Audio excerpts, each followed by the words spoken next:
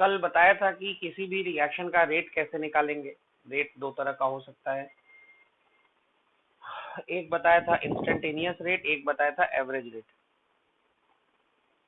Instantaneous rate और average rate. उसके बाद बताया था कि अलग अलग थोड़ा सा ऑर्डर के बारे में बताया था।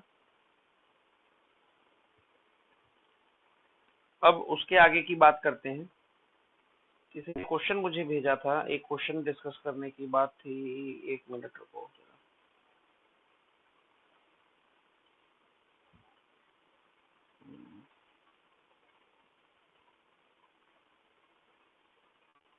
पहले वो क्वेश्चन डिस्कस कर लेते हैं, उसके बाद आगे पढ़ेंगे। ये तो क्वेश्चन किसी ने भेजा था कोऑर्डिनेशन का, तो पहले पढ़ा देते हैं, उसके बाद में क्वेश्चन लास्ट में डिस्कस कर लेंगे। चलो देखो इधर, कल बताया था कि रेट के बारे में बताया था, उसके बाद लास्ट में जीरो ऑर्डर रिएक्शन के बारे में बताया था। जीरो ऑर्डर रिएक्शन में जो इम्पोर्टेंट फॉर्मूले आए थे वो फॉर्मूले एक बार बता देते हैं। के बराबर C not minus C T divide by T, ये एक इम्पोर्टेंट फॉर्मूला था। दूसरा फॉर्मूला आया था C T is equal to C not minus K T. इससे किसी भी टाइम पर हम लोग रिएक्टेंट का कंसंट्रेशन निकाल सकते हैं। तीसरा फॉर्मूला जो इम्पोर्टेंट है वो आया था एक्स बराबर के टी। एक इसके बाद एक बताया था हाफ लाइफ। हाफ लाइफ से ही शुरू करते हैं, फिर जो डायग्राम जो ग्राफ बनाने के लिए दिया था उस ग्राफ की बात करेंगे। हाफ लाइफ देखो क्या होता है। हाफ लाइफ वो टाइम होता है जिसमें कोई भी रिएक्टेंट अपने इनिशियल कंसंट्रेशन का आधा रिएक्ट कर जाता है। हाफ लाइफ वो टाइम होता है जिसमें कोई भी रिएक्टेंट अपने इनिशियल कंसंट्रेशन का आधा रिएक्ट कर जाता है। जैसे मान लो कि हमारा रिएक्टेंट है ए और इससे प्रोडक्ट बन रहा है बी। अगर 0 सेकेंड पर इसका हमारे पास कंसंट्रेशन 10 मोलर है और मान लो कि 10 सेकेंड पर इसका कंसंट्रेशन 5 मोलर हो गया, तो 10 का आधा 5 10 सेकेंड में हो गया। मतलब हम कहेंगे कि इसका हाफ लाइफ 5, इसका हाफ लाइफ कितना है 10 सेकेंड है। टी हाफ से इसको रिप्रेजेंट करते हैं। वो टाइम जिसमें कोई भी रिएक्टेंट अपने इनिशियल कंसंट्रेशन का आधा हो जाता है उसको हम लोग बोलते हैं हाफ लाइफ टाइम। तो जीरो ऑर्डर रिएक्शन के लिए half life time T half आया था C not by 2k। C not by 2k मतलब जीरो ऑर्डर रिएक्शन का जो हाफ लाइफ टाइम है वो इनिशियल कंसंट्रेशन के डायरेक्टली प्रोपोर्शनल होता है। इनिशियल कंसंट्रेशन को अगर हम बढ़ाएंगे 10 से 20 करेंगे तो हाफ लाइफ टाइम डबल हो जाएगा जीरो ऑर्डर रिएक्शन के लिए। और अगर इनिशियल कंसंट्रेशन को हम आधा करेंगे, मतलब 10 से घटा करके 5 कर दें, तो हाफ लाइफ टाइम भी आधा हो जाएगा जीरो ऑर्डर रिएक्शन के लिए। तो हाफ लाइफ टाइम वो टाइम होता है जिसमें कोई भी रिएक्टेंट अपने इनिशियल कंसंट्रेशन का आधा रिएक्ट कर जाता है। इसके बाद ग्राफ बोला था, तो एक ग्राफ बोला था शायद सी टी का टी के साथ। देखो, जिन दो चीजों के बीच में ग्राफ बनाना है उसमें जो चीज पहले लिखी होती है वो वाई एक्सिस पर होती है, जो चीज बाद में लिखी होती है वो एक्स एक्सिस पर होती है। रिलेशन लिख लो, सी टी बराबर C not minus K T. ये वाई हो गया, ये एक्स हो गया, एक्स के पहले जो चीज मल्टीप्लाई की हुई है वो एम हो गई, और ये सी हो गया। वाई बराबर m x plus c type का ग्राफ हो गया। वाई बराबर m x plus c straight line होता है जिसमें स्लोप देखो के रेट कांस्टेंट है, हमेशा एक पॉजिटिव वैल्यू होगी। उसके पहले नेगेटिव साइन लगा है तो स्लोप नेगेटिव हो जाएगा। कंसंट्रेशन कभी नेगेटिव नहीं हो सकता, तो इंटरसेप्ट हमेशा पॉजिटिव होगा। नेगेटिव स्लोप और पॉजिटिव इंटरसेप्ट, ये इंटरसेप्ट है सी नॉट। इधर की तरफ सी टी, इधर की तरफ टाइम टी, और ये जो स्लोप है ये माइनस के बराबर होगा। पहला ग्राफ ये था। दूसरा ग्राफ बोला था शायद एक्स और टी के बीच में, इनका रिलेशन लिख लो। एक्स और टी का रिलेशन क्या है, एक्स बराबर के टी। ये वाई हो गया, ये एक्स हो गया, एक्स के पहले जो चीज मल्टीप्लाई की हुई है वो एम। वाई बराबर m x, straight line passing through origin, straight line passing through origin. इसका जो स्लोप है वो के बराबर हो गया। इधर टाइम, इधर एक्स। तीसरा ग्राफ शायद रेट का बोला था टाइम के साथ।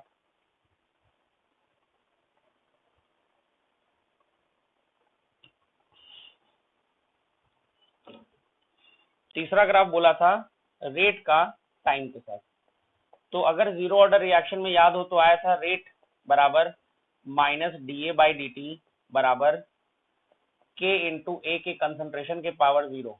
किसी भी नंबर के पावर 0 1 होता है, मतलब रेट बराबर k तो कांस्टेंट है भाई, रेट कांस्टेंट, तो मतलब रेट भी कांस्टेंट रहेगा, कांस्टेंट।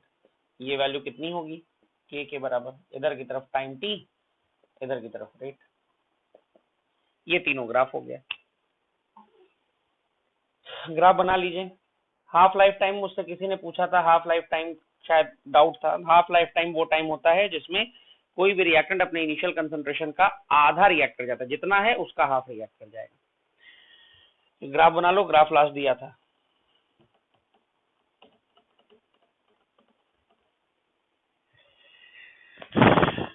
देखो भाई, क्लास को सीरियसली करो, रेगुलर करो, नोट्स प्रॉपर बनाओ। लॉकडाउन कब तक चलेगा किसी को नहीं पता। इस साल चीजें डिले हुई हैं, लेकिन इस साल डिले होने का मतलब ये नहीं है कि नेक्स्ट ईयर भी चीजें डिले होंगी। नेक्स्ट ईयर आपका बोर्ड एग्जाम आपके टाइम पर ही होगा भाई, फरवरी मार्च में ही होगा। तो आपके पास ऐसा नहीं है कि टाइम बहुत ज्यादा हो जाएगा कि 2 महीना 3 महीना लॉकडाउन रह गया तो आपके लिए वो एक्स्ट्रा टाइम मिलेगा। आपने शायद सीबीएसई का नया सर्कुलर देखा हो, नंबर ऑफ लेक्चर्स सीबीएसई ने घटा दिए हैं, लेकिन सिलेबस नहीं कम हुआ है। केमिस्ट्री में सीबीएसई ने बस इतना किया है कि ऑर्गेनिक केमिस्ट्री में जो चैप्टर था नाइट्रोजन कंटेनिंग ऑर्गेनिक कंपाउंड, उसमें से 2 टॉपिक सीबीएसई ने हटाया है, साइनाइड और आइसोसाइनाइड, जो पढ़ाने में 1 लेक्चर से भी कम लगता है। तो केमिस्ट्री में तो एटलीस्ट सिलेबस में कोई फर्क नहीं पड़ा है। तो इस चीज को ध्यान रखें, लॉकडाउन टाइम को सही से यूटिलाइज करें और प्रॉपर नोट्स बनाएं। कोऑर्डिनेशन ये मान करके चलिए कि पढ़ा दिया गया है। अब अगर कोई ये सोचता है कि कोचिंग खुलेगी फिर कोऑर्डिनेशन से शुरू करेंगे, तो भाई ऐसा संभव नहीं है। आप समझिए 15 मार्च से आपकी क्लासेस बंद हैं, एक तरह से ऑफलाइन क्लासेस कोचिंग में। 15 मार्च से अगर मान लीजिए कि लॉकडाउन के बाद कोचिंग खुलती है 1 जून को भी, तो भी 2.5 महीने का समय है। अगर 1 जून को कोचिंग खुल जाती है तो बीच में 2.5 महीना हो गया। उस दौरान हम लोगों की कोशिश ये है कि 12th का पूरा फिजिकल केमिस्ट्री खत्म कर देंगे, केमिकल काइनेटिक्स के बाद इलेक्ट्रोकेमिस्ट्री पढ़ा देंगे, इलेक्ट्रो के बाद सॉलिड स्टेट, 12th का कंप्लीट हो जाएगा। जिसका छूटा रहेगा उसको लिक्विड सोल्यूशन बढ़ाना है, कुछ लोगों का छूटा हुआ है वो लिक्विड सोल्यूशन पढ़ा देंगे, लेकिन ऐसे सिलेबस हम लोग आगे बढ़ा सकते हैं। तो किसी भी चैप्टर का नोट्स प्रॉपर बनाइए और सीरियसली पढ़ाई करिए। आपको जो शीट ग्रुप में भेजी जाती है किसी भी सब्जेक्ट में, वो शीट आप प्रॉपर सॉल्व करिए। फिजिक्स में भी देखिए करंट इलेक्ट्रिसिटी ऑलमोस्ट कंप्लीट हो गया है। अभी कुछ लोगों ने जो नया ज्वाइन किया है उनकी वो चीजें छूटी हुई हैं, वो बाद में उनको पढ़ा दी जाएंगी। लेकिन हमको लगता है कि 1-2 दिन में अब नया यूनिट आपका शुरू हो जाएगा, होपफुली मैग्नेटिज्म वगैरह शायद आपका शुरू हो जाए। तो नोट्स प्रॉपर बनाइए और जो शीट दी जाती हैं वो शीट को सॉल्व करिए। मैथ्स में भी आप शायद मैथ्स में भी फंक्शन शुरू हो गया है, इस टाइम को यूटिलाइज करने की जरूरत है। चलो होपफुली ये ग्राफ बना लिया होगा। कुछ लोगों ने ग्राफ बना करके मुझे व्हाट्सएप भी किया था। अब इसके आगे हम लोग बात करते हैं। देखो, केमिकल काइनेटिक्स में मैक्सिमम क्वेश्चंस जो पूछे जाते हैं वो जीरो ऑर्डर रिएक्शन के बजाय फर्स्ट ऑर्डर रिएक्शन पे पूछे जाते हैं। हम लोग 3 ऑर्डर की बात करेंगे, उसके बाद एक जनरल ऑर्डर ले लेंगे। जीरो ऑर्डर के बारे में बताया था कल, अब हम लोग फर्स्ट ऑर्डर रिएक्शन की बात करेंगे। फर्स्ट ऑर्डर रिएक्शन, देखो फर्स्ट ऑर्डर रिएक्शन, मान लो हमारा रिएक्शन है ए से बी, वही रिएक्शन जो हमने पहले लिया था।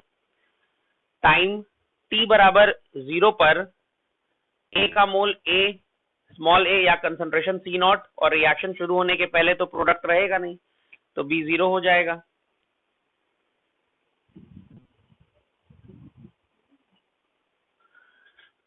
कुछ समय के बाद मान लो इसमें से x मोल रिएक्ट कर गया तो कंसंट्रेशन Ct हो गया, और ये x, बिल्कुल वही अरेंजमेंट जो हमने जीरो ऑर्डर रिएक्शन के लिए लिया था।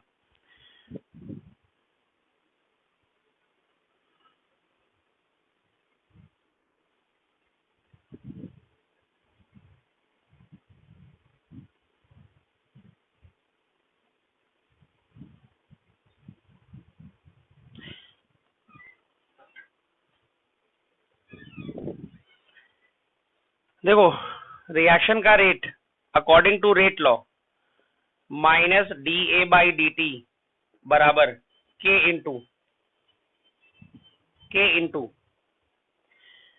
Concentration of A to the power 1।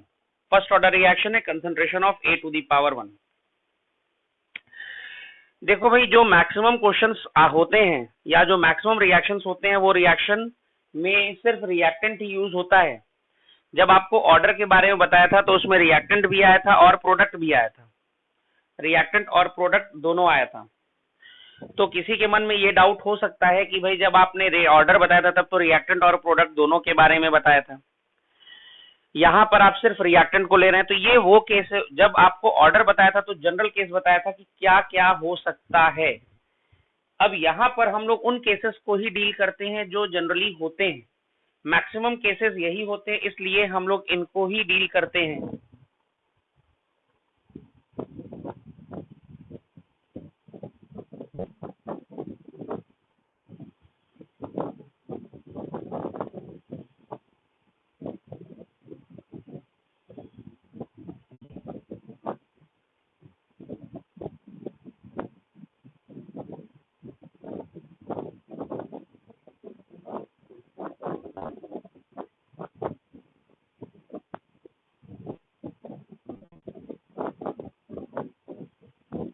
तो अगर किसी को ऐप पर ये मतलब लेक्चर शुरू करने में दिक्कत हो रही है तो मोहित सर से कांटेक्ट करिए, वो शायद आपकी हेल्प कर सकते हैं। वैसे ऐप पर शो करेगा, आपके ऐप पर ये चीजें शो करेंगी। किसी का अभी जैसे ये ए बराबर सी नॉट कैसे हुआ, भाई ये ए मोल है, इसके करस्पॉन्डिंग जो भी कंसंट्रेशन होगा वो हमने सी नॉट मान लिया है। और शुरुआत में प्रोडक्ट तो बना नहीं होगा, जब रिएक्शन शुरू होगा तब प्रोडक्ट बनेगा, इसलिए शुरुआत में ये 0 हो गया। फिर कुछ समय के बाद ए मोल में से कुछ मोल रिएक्ट कर जाएगा तो कंसंट्रेशन बदल करके सी नॉट से सी टी, ये इक्वल नहीं है, इसके करस्पॉन्डिंग जो कंसंट्रेशन होगा वो सी नॉट है, इसके करस्पॉन्डिंग जो कंसंट्रेशन होगा वो सी टी है। अब देखो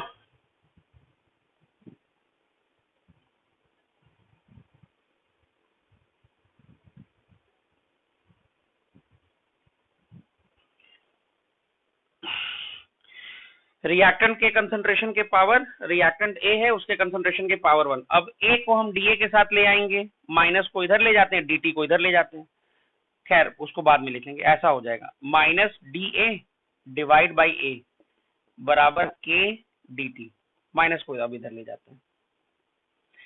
अब देखो हमारा रिएक्शन 0 से टी टाइम तक हो रहा है, तो इसको इंटीग्रेट करना पड़ेगा 0 से टी टाइम तक।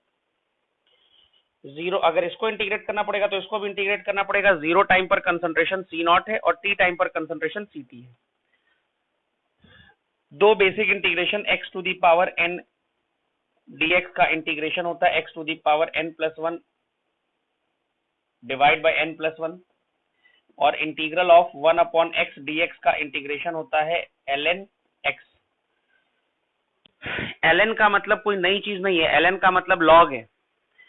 लॉग अलग अलग बेसिस पर होता है, बेस 10 पर लॉग जो होता है उसको हम लोग लॉग पूरा लिखते हैं LOG, और बेस ई पर जो लॉग होता है उसको हम लोग LOG लिखने के बजाय LN लिखते हैं। तो ln x का मतलब बेस ई का लॉग, कैलकुलस में बेस ई का ही लॉग यूज किया जाता है। तो चलो देखो 1 अपॉन ए डी ए इसमें चला गया, 1 upon x D x type का क्या हो जाएगा, ln a सी नॉट से सी टी बराबर माइनस के डी टी का इंटीग्रेशन t 0 से t, एक बार अपर लिमिट रखेंगे एक बार लोअर लिमिट रखेंगे, ln c T minus ln c not बराबर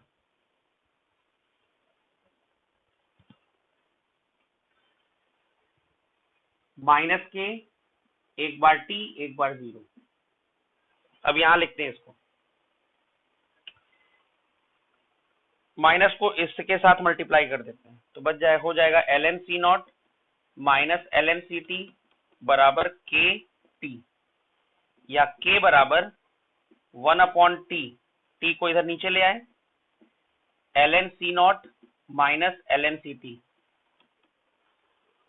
बेसिक लॉग उम्मीद है सभी को पता होगा, तो उसमें एक फॉर्मूला होता है log m minus log n बराबर log m upon n।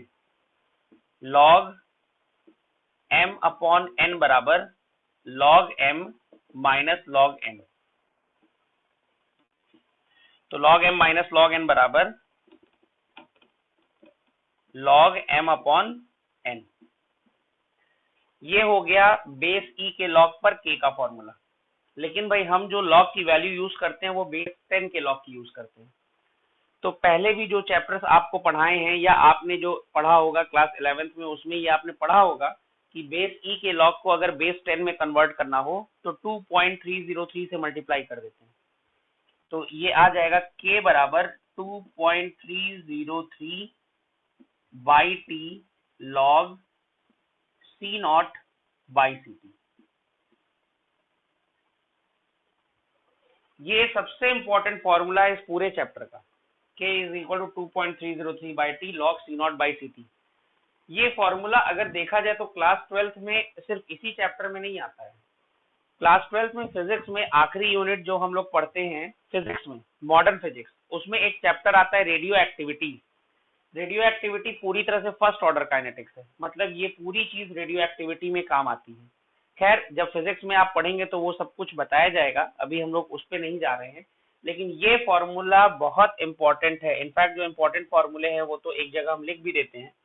Zero order reaction में जैसे चार फॉर्मूला बताया था, के बराबर C not minus C T by T, C naught C T बराबर C not minus K T, X बराबर के टी, और half life T half is equal to C not by to.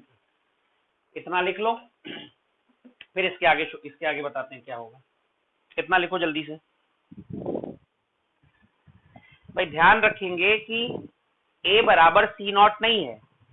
जब शुरुआत होगी, रिएक्शन शुरू होगा तो उसका कुछ मोल होगा ए, उस मोल के करस्पॉन्डिंग जो कंसंट्रेशन होगा वो सी नॉट है।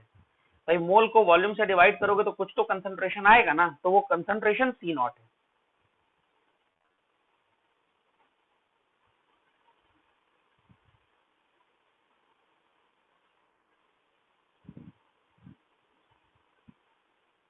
लिखो भाई जल्दी से इसको।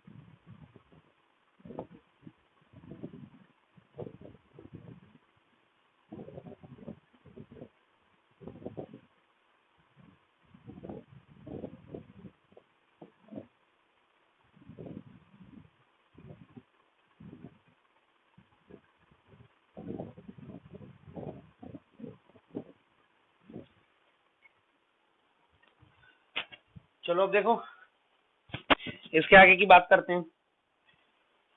भाई हमको चार चीज निकालनी है ना। एक, के का फॉर्मूला जो आ गया।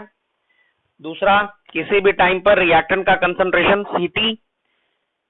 फिर किसी भी टाइम पर प्रोडक्ट के बारे में इंफॉर्मेशन x। अगर मान लो किसी को कंफ्यूजन हो रहा हो कि भाई a और c नॉट कैसे बराबर होगा, a माइनस एक्स और Ct कैसे बराबर होगा, फिर कह रहे हैं बराबर होना जरूरी नहीं है, लेकिन कंफ्यूजन है तो वॉल्यूम को 1 लीटर मान लो, तो मोल को वॉल्यूम 1 से डिवाइड करोगे तो क्या मिलेगा, कंसंट्रेशन। अब इसको एक नाम ये भी दे सकते हैं, एक नाम ये भी दे सकते हैं। अगर वॉल्यूम 1 लीटर हो जाएगा तो मोल और कंसंट्रेशन बराबर हो जाएगा। तो अगर किसी को कंफ्यूजन हो रहा है कि मोल और कंसंट्रेशन को कैसे हमने बराबर कर दिया है, तो वॉल्यूम को 1 लीटर मान लो, तो मोल को वॉल्यूम 1 लीटर से डिवाइड करोगे, कंसंट्रेशन आएगा। तो जब 1 से डिवाइड करोगे तो मोल और कंसंट्रेशन बराबर दिखेगा। अब इसके आगे देखो,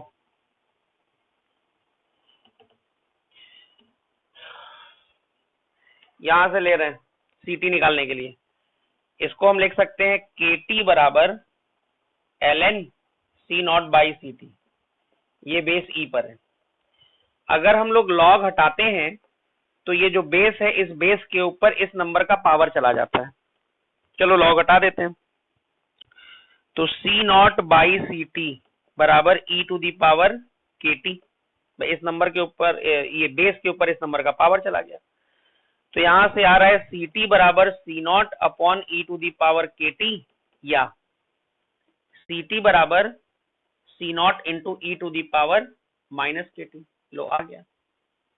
किसी भी टाइम पर रिएक्टेंट का concentration Ct, Ct is equal to C naught into E to the power minus Kt। अब देखो प्रोडक्ट के बारे में निकालते हैं। Ct की जगह पर a माइनस एक्स रख देते हैं और C नॉट की जगह पर a रख देते हैं। a माइनस एक्स बराबर a into E to the power minus Kt, तो x बराबर a minus a into E to the power minus Kt। x बराबर a कॉमन आ गया, 1 minus E to the power minus Kt। x के लिए formula आ गया। किसी भी टाइम पर यहां से प्रोडक्ट का कंसंट्रेशन या मोल आ जाएगा। भाई हम वॉल्यूम को 1 लीटर मान ले रहे हैं, तो मोल और कंसंट्रेशन बराबर हो जाएगा।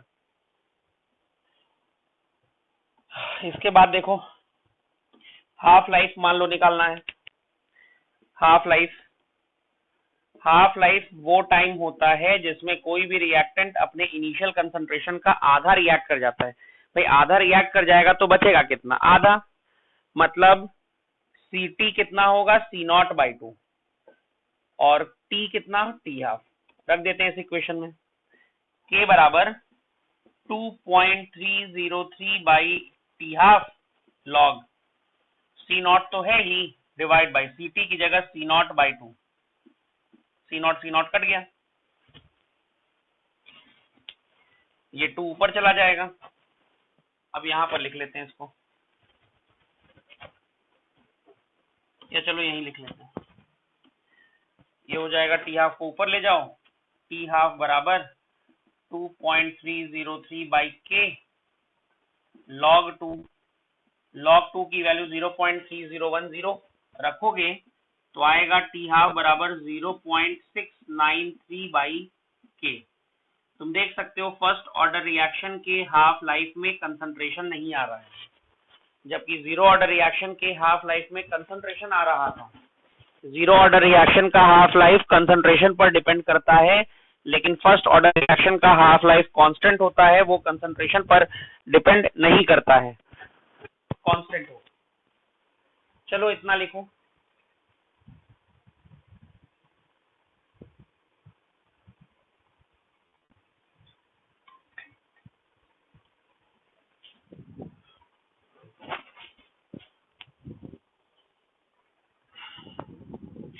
इतना लिखो जल्दी से।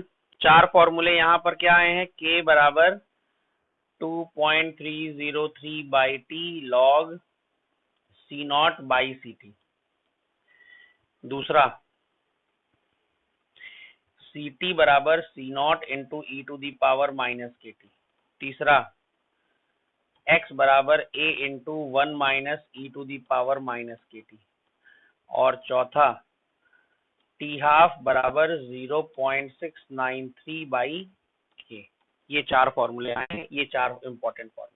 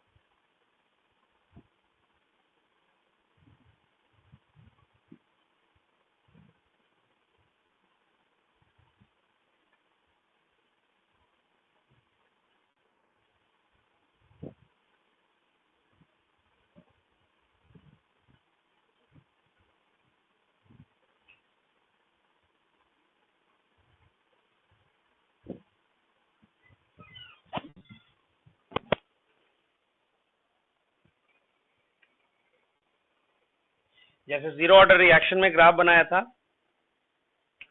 इसको लिखेंगे, ये सारा फॉर्मूला एक जगह लिखेंगे, फिर ग्राफ बनाएंगे। पहला ग्राफ सी टी का टी के साथ, या पहला थोड़ा सिंपल दे देते हैं, लॉग सी टी का टी के साथ। दूसरा ग्राफ सी टी का टी के साथ। तीसरा ग्राफ एक्स का टी के साथ। और चौथा ग्राफ रेट का टी के साथ। चलो करो।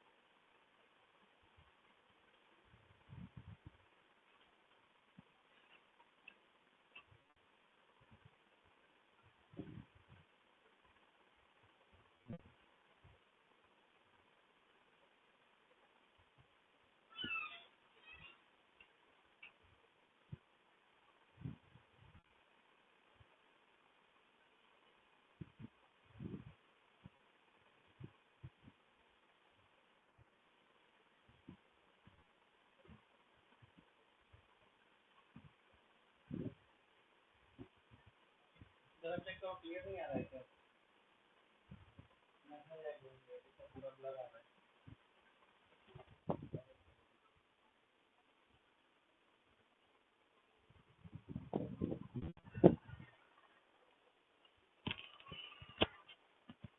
आओ देखो, ग्राफ बनाते हैं।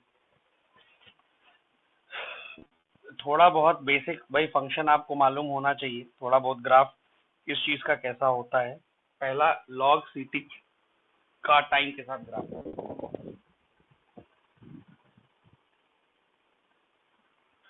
लॉग सीटी का पहला जो है वो टाइम के साथ ग्राफ है। तो पहले रिलेशन ले लो, इस रिलेशन को ले लेते हैं, टी को इधर ले जाते हैं, 2.303 को नीचे रख लेते हैं। Log C not by C T को log C not minus log C T लिखा जा सकता है, बराबर टी के साथ चला गया और 2.303 नीचे आ गया। तो log सी टी बराबर log सी नॉट माइनस के अपॉन 2.303 इंटू टी। अब log सी टी का टाइम के साथ ग्राफ है, log सी टी हो गया y और टाइम हो गया x। उसके पहले जो चीज मल्टीप्लाई की हुई है वो है m और ये हो गया c। y बराबर एम एक्स प्लस सी। अब y बराबर एम एक्स प्लस सी को देखो, y बराबर एम एक्स प्लस सी। पहले स्लोप देख लो, पॉजिटिव होगा निगेटिव होगा, के हमेशा पॉजिटिव होगा, उसके पहले नेगेटिव साइन है मतलब स्लोप नेगेटिव होगा, नेगेटिव स्लोप, ये बात समझ में आ गई।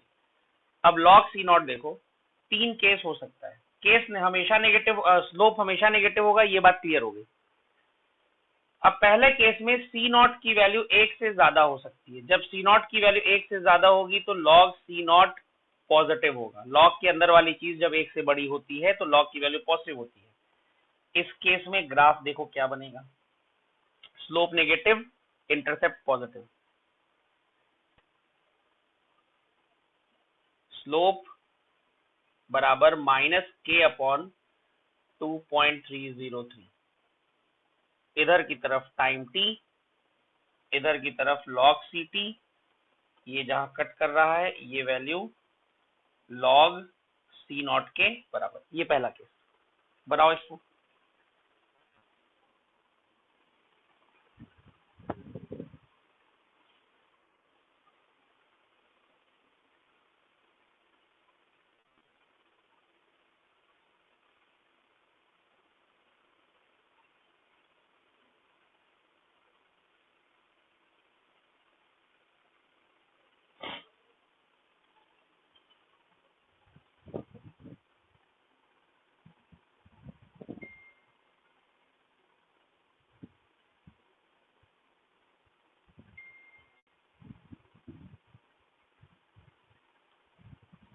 देखो भाई, जिन लोगों को वीडियो ब्लर दिख रहा है उनके साथ ऐसा हो सकता है कि डेटा या तो खत्म हो गया हो, क्योंकि एक अगर क्लास आप एक सवा घंटे की, 1 घंटे या सवा घंटे की एक क्लास आप अटेंड करते हैं लाइव, तो उसमें कम से कम आपका 1 GB के आसपास डेटा कंज्यूम हो जाता है। तो भाई जो डेटा एड ऑन पैक है वो सभी लोग लगा लें, ऐड कर लें अपने मोबाइल में। हम लोगों को क्लास लाइव लेने में देखो एक क्लास में लगभग 1.5 GB डेटा लगता है, स्पीड बढ़िया दिखा रहा है, 3-4 MBPS की स्पीड आ रही है। तो इसका मतलब है कि डेटा जो है वो अगर किसी को ब्लर आ रहा है तो हो सकता है कि 2 क्लास हो चुकी है आपकी, भाई एक मैथ्स हो चुका है, एक फिजिक्स हो चुका है, हो सकता है कि डेटा आपका खत्म हो गया हो, जो हाई स्पीड डेटा है। अगर किसी को ब्लर आ रहा है तो एक बार अपना डेटा चेक करिए और डेटा एड ऑन पैक आप ऐड कर लीजिए। अभी एसआईपी बैच में तो आज पता नहीं, एसआईपी बैच में शायद फिजिक्स की क्लास हुई है, इवनिंग बैच में शायद अभी फिजिक्स की क्लास नहीं हुई है, तो इवनिंग बैच में भी फिजिक्स की भी क्लास होनी होगी, 3 क्लास होगी। चलो देखो, लाइव क्लास में डेटा ज्यादा यूज होगा। आप अगर डेटा की दिक्कत है तो आप बाद में क्लास खत्म होने के बाद एबीसी ऐप पर जा करके देख सकते हैं, उसमें डेटा कम यूज होगा। ये पहला केस हो गया, अब इसको हटा रहे हैं, मिटा रहे हैं। सेकंड केस, भाई जो कंसंट्रेशन है इनिशियल सी नॉट ये 1 से ज्यादा हो सकता है। केस 2 कंसंट्रेशन सी नॉट 0 हो सकता है। तो ऐसे केस में लॉग सी नॉट की कंसंट्रेशन 0 कैसे होगा, 1 के बराबर हो सकता है। तो log C नॉट की वैल्यू 0, log 1 की वैल्यू 0 होती है, तो ये 0 हो गया। इंटरसेप्ट नेगेटिव स्लोप 0 इंटरसेप्ट, इधर की तरफ टाइम है, ग्राफ ऐसा होगा। टाइम नेगेटिव नहीं हो सकता, ग्राफ किस तरह से हम बनाएंगे, नीचे की तरफ ऐसा, ऐसे बनाएंगे। किसी को आगे बढ़ा दो। यहाँ डॉटेड लाइन इसलिए बना है क्योंकि भाई टाइम नेगेटिव नहीं हो सकता, आपका ग्राफ ऐसा होगा। अगर आप कहेंगे कि थियोरेटिकली ये चीज इस तरह से जा सकती है तो इसीलिए डॉटेड बनाया है, प्रैक्टिकली ये ऐसे ही जाएगा graph. Negative slope 0 intercept,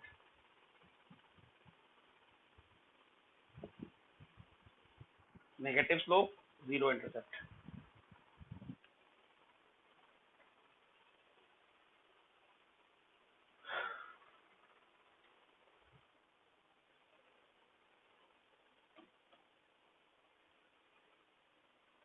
third case ऐसा भी हो सकता है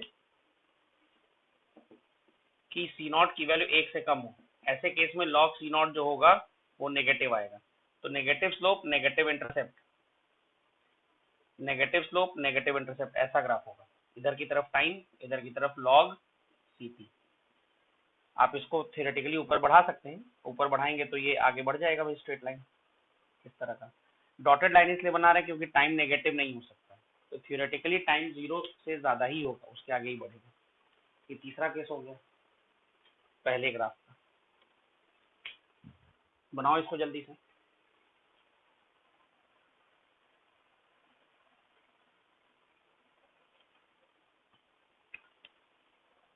second graph Cp versus T, ये रहा रिलेशन, Ct बराबर C naught into E to the power minus KT।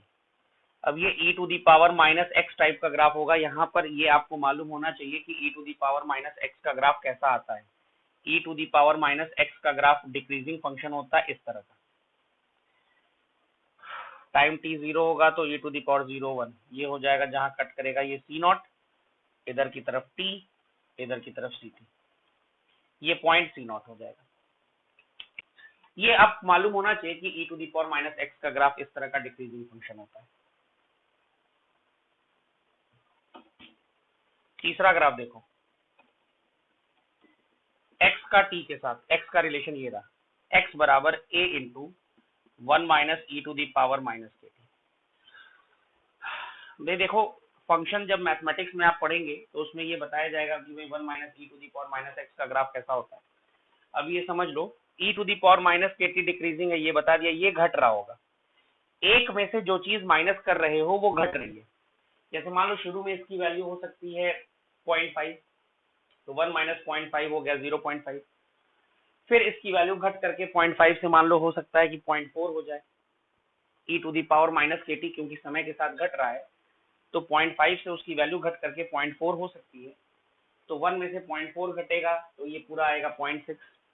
मतलब जिस चीज को माइनस किया जा रहा है क्योंकि वो घट रहा है, तो एक में से जब उसको तुम घटाओगे तो ये पूरी चीज बढ़ने लगेगी। तो जब ये बढ़ेगा तो x की वैल्यू टाइम के साथ बढ़ेगी, 0 से शुरू होगा बढ़ते बढ़ते एक मैक्सिमम। ये मैक्सिमम वैल्यू x की कितनी हो सकती है, a के बराबर, क्योंकि ये घटते घटते देखो कहां तक जा सकता है, 0 के बराबर। सॉरी इधर की तरफ x होगा।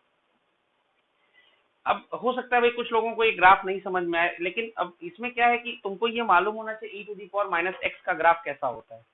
अगर e to the power minus X का ग्राफ हमको पता है तब सिंपल है एकदम, लेकिन अगर e to the power minus X का ग्राफ नहीं पता है तो भाई दिक्कत हो सकती है।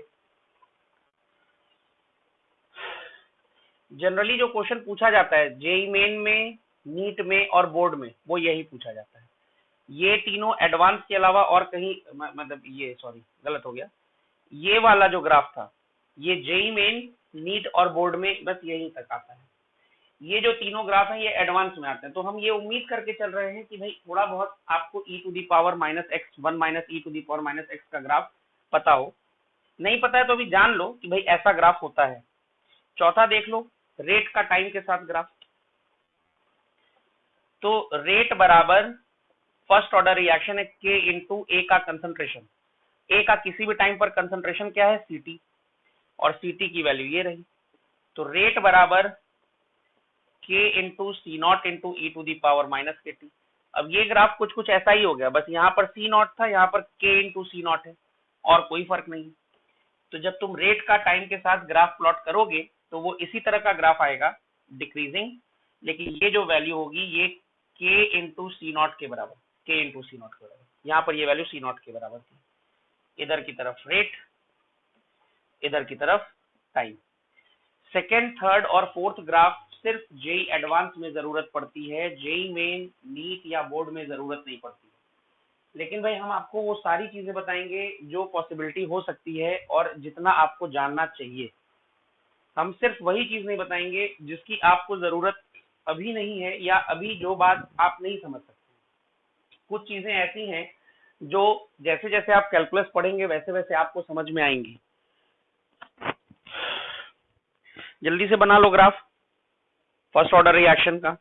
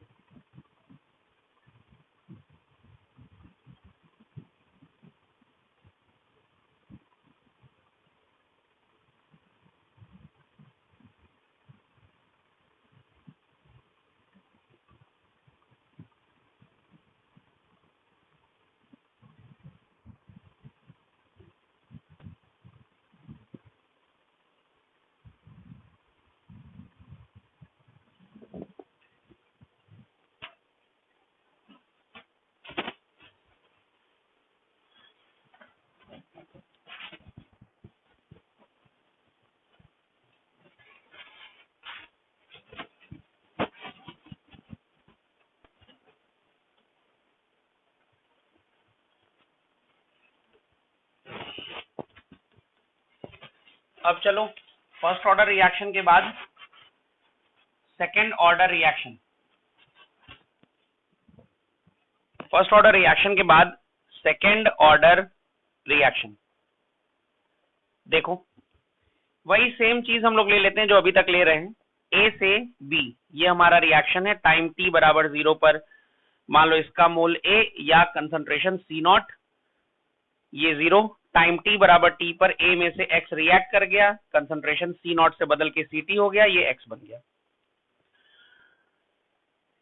अब according to rate law minus D A by D T बराबर के इंटू ए के कंसंट्रेशन के पावर 2, क्योंकि ऑर्डर 2 है। तो इसको हम लोग लिख सकते हैं डी ए अपॉन ए का स्क्वायर बराबर माइनस के डी टी, या a to the power minus 2 D A बराबर माइनस के डी टी। अब टाइम 0 से t तक इंटीग्रेट करना पड़ेगा और इसको c नॉट से ct तक इंटीग्रेट करना पड़ेगा। तो x to the power n dx का इंटीग्रेशन अभी बताया, x to the power n dx का इंटीग्रेशन होता है x to the power n plus 1 divide by n plus 1। इसी को हम यहाँ पर यूज करेंगे। यहाँ पर a to the power minus 2 D A का इंटीग्रेशन हो जाएगा a to the power minus 2 plus 1 मतलब minus 1 divide by minus 2 plus 1 मतलब माइनस 1, सी नॉट से सी टी तक बराबर माइनस के डी टी का इंटीग्रेशन t 0 से t तक। ये माइनस इस माइनस के साथ कट गया। a to the power minus 1 को लिख सकते हैं 1 अपॉन a सी नॉट से सी टी तक बराबर के t माइनस 0। तो एक बार सी टी रखा आएगा, एक बार सी नॉट रखा आएगा बराबर के टी। तो आ गया के बराबर 1 upon T into 1 upon C T minus 1 upon C naught. K का फॉर्मूला आ गया। अब हम आपको ये नहीं कहेंगे कि सेकंड ऑर्डर रिएक्शन के लिए सी टी और एक्स की वैल्यू याद कर लो। भाई फर्स्ट ऑर्डर में 0 ऑर्डर के लिए इसलिए कहा क्योंकि भाई वहां वही मैक्सिमम पूछा जाता है। इस फॉर्मूले को बस याद रखेंगे। और अगर सीटी पूछेगा तो इसी फॉर्मूले का यूज करके सीटी निकाल लेंगे, अगर सीटी आ जाएगा तो एक्स निकाल लेंगे। तो इसमें ज्यादा नहीं, सेकंड ऑर्डर में ज्यादा नहीं याद रखना है, बस के का फॉर्मूला याद रखना है और हाफ लाइफ याद रखना है, इतना लिखो पहले, फिर हाफ लाइफ बताते हैं।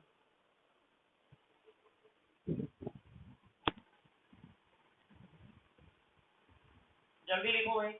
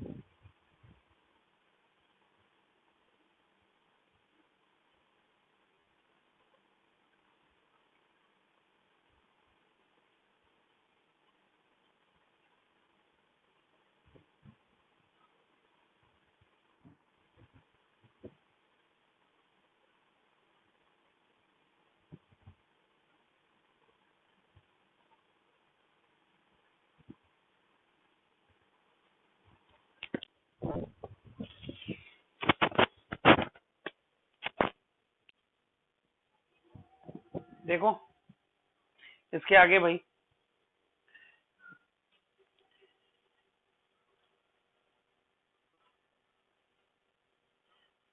बस के और हाफ लाइफ याद रखेंगे सेकेंड ऑर्डर के लिए। हाफ लाइफ के लिए टाइम टी को टी हाफ रखना है और सी को सी नॉट बाई टू, क्योंकि जितना है उसका शुरू में सी नॉट है, उसका आधा रिएक्ट कर जाएगा तो सी नॉट बाई टू बच जाएगा। तो के बराबर 1 upon T half 1 upon C T की जगह सी नॉट बाई टू, तो टू ऊपर चला जाएगा -1 अपॉन सी नॉट। तो टी हाफ बराबर 2 अपॉन सी नॉट में से 1 अपॉन सी नॉट माइनस कर दो, 1 अपॉन सी नॉट बचेगा और ये के नीचे आ जाएगा 1 अपॉन के सी नॉट। अगर तुमको याद हो तो जीरो ऑर्डर रिएक्शन में हाफ लाइफ सी नॉट के डायरेक्टली प्रोपोर्शनल था, सी नॉट बाई टू के फॉर्मूला आया था। फर्स्ट ऑर्डर रिएक्शन में हाफ लाइफ कंसंट्रेशन पर डिपेंड नहीं कर रहा था, 0.693 बाई के आया था। सेकंड ऑर्डर रिएक्शन में हाफ लाइफ सी नॉट के इनवर्सली प्रोपोर्शनल है, सी नॉट नीचे की तरफ आ रहा है, T half is equal to 1 upon के सी नॉट। लिखो इतना जल्दी से।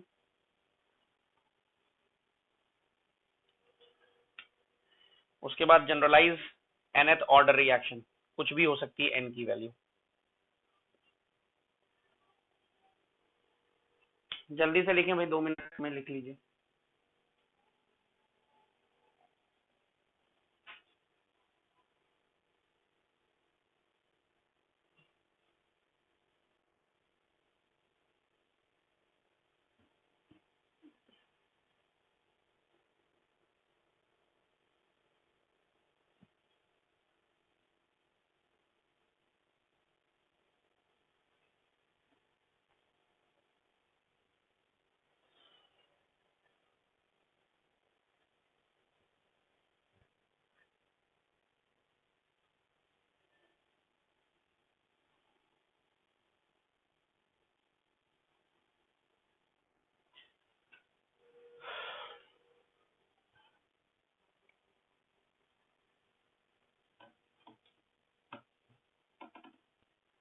देखो ए से बी ये रिएक्शन है, टाइम टी बराबर 0 पर मोल ए या कंसंट्रेशन सी नॉट और ये 0, टाइम टी बराबर टी पर ए में से एक्स रिएक्ट करेगा तो कंसंट्रेशन बदल के सी टी हो जाएगा, ये एक्स बन जाएगा।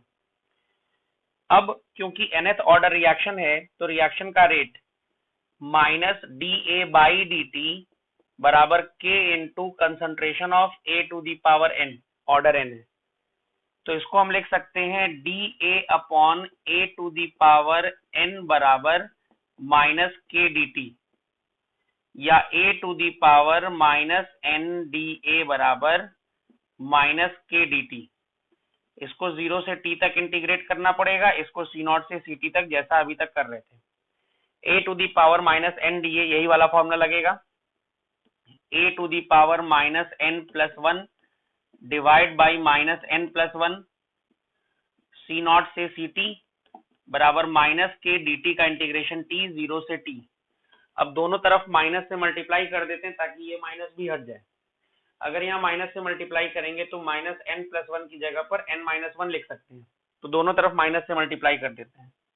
k t 0 से t बराबर a to the power minus n plus 1 को नीचे ले आओ, तो 1 upon a to the power n minus 1, minus n plus 1 नीचे आएगा तो n माइनस 1, और ये जो माइनस n प्लस 1 यहाँ पर है माइनस से मल्टीप्लाई कर दिए हैं, n माइनस 1 हो गया, माइनस से मल्टीप्लाई हो गया है c0 से ct तक।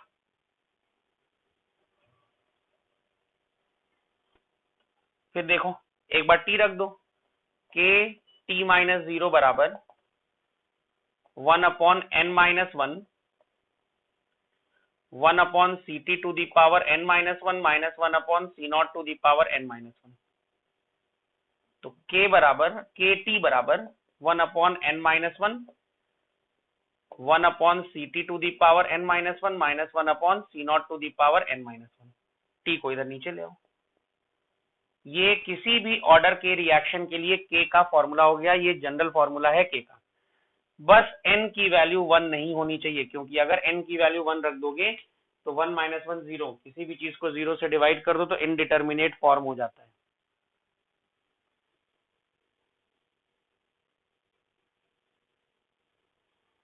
लिखिए इसको जल्दी से।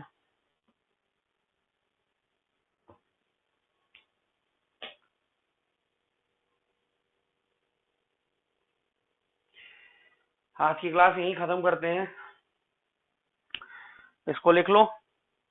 अगर कुछ छूटा हो या अगर कहीं पर आपके नेटवर्क का इशू हुआ हो तो आप ऐप पर जा करके वीडियो को, आज की क्लास के वीडियो को दोबारा देख सकते हैं। जो आज का लेक्चर है उसमें मैक्सिमम हमने डेरिवेशन कराया है। एग्जाम में कभी भी केमिस्ट्री में डेरिवेशन नहीं आता है, बस डेरिवेशन इसीलिए कराया जाता है ताकि आपके पास थोड़ा सा सब्जेक्ट की अंडरस्टैंडिंग हो। जो फॉर्मूले ब्रैकेट में लिखे हैं वो इम्पोर्टेंट फॉर्मूले हैं, जो फॉर्मूले ब्रैकेट में लिखे हैं वो इम्पोर्टेंट फॉर्मूले हैं, उनका आपको ध्यान रखना होगा। वो फॉर्मूले याद रखेंगे।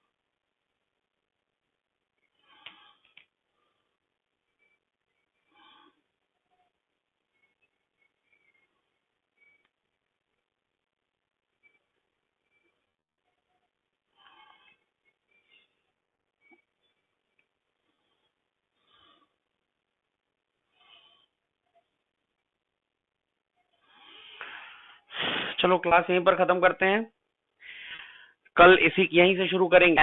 nth ऑर्डर कल शुरू